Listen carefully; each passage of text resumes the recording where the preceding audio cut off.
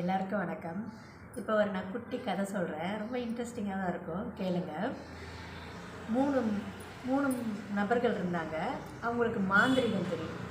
அவங்க என்ன பண்ணாங்க, ஒரு மாட்டு வண்டியில் ஏறி ஒரு இடத்துக்கு போகலான்னு கிளம்புனாங்க.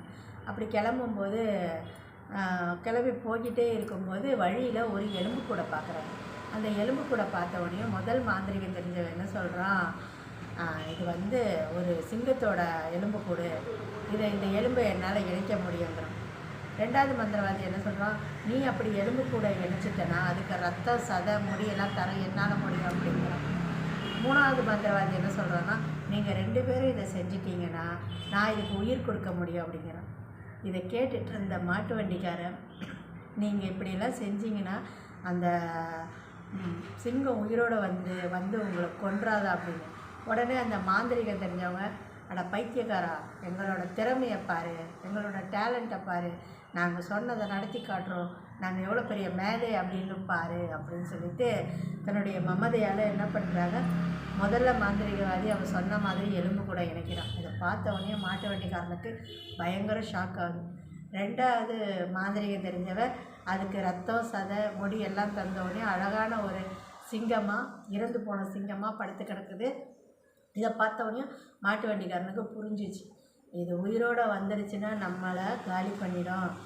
இவங்க இதை புரியாமல் இவங்களோட திறமையை வெளிக்காட்டணும்னு இவங்க பைத்தியக்காரத்தனம் பண்ணுறாங்கன்னு சொல்லிட்டு என்ன பண்ணுறான், வண்டி எடுத்துகிட்டு அறிவாளியோடு அவன் சிந்திச்சு வண்டி எடுத்துகிட்டு ஓடிடுறான்.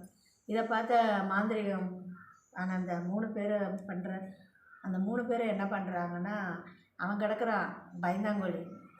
நீங்கள் 2 பேர் தான் உங்களோட திறமையை காட்ட முடியுமா, மூணாவது எனக்கும் திறமை இருக்குது பாருன்னு சொல்லிட்டு என்ன செஞ்சிடறான், அந்த சிங்கத்துக்கு என்ன செஞ்சிடறான், உயிர் கொடுத்துட்றான். உயிர் கொடுத்த உடனே சிங்கம் உயிரோடு வந்து அது என்ன செய்யும், மனிதர்களை கொல்லத்தனம் செய்யும். இந்த 3 பேரையும் என்ன செஞ்சிருது, அடித்து சாப்பிட்ருது. இந்த கதையிலேருந்து நான் என்ன சொல்ல வரேன்னா, என்ன தான் நாம் ஒரு விஷயத்தில் திறமைசாலியாக இருந்தாலும் மேதையாக இருந்தாலும் ஆனால் அறிவுபூர்வமாகவும் சிந்திக்கணும். இந்த செயல்பாடு சரியாக வருமா, இதை செஞ்சால் யாருக்கும் பாதிப்பு இல்லாமல் நமக்கு பாதிப்பு இல்லாமல் எல்லாருக்கும் பயனுடையதாக இருக்குமா அப்படின்னு சிந்திக்கணும். சிந்திக்காமல் உங்களுடைய திறமையை காட்டுறேன்னு ஒரு பாழ் பண்ணிடக்கூடாது யாரையும். அதனால் நீங்கள் மேதையாக இருந்தால் மட்டும் பத்தாது, அறிவாளியாகவும் இருக்கணும். அந்த வண்டிக்காரனுக்கு இருந்த அந்த சிந்தனை, அந்த அறிவு கூட மேதையான இவங்களுக்கு இல்லை. அதனால் அறிவுபூர்வமாக சிந்திக்கணும். சரிங்களா? இந்த கதை பிடிச்சிருந்தா லைக் பண்ணுங்கள், கமெண்ட் பண்ணுங்கள்.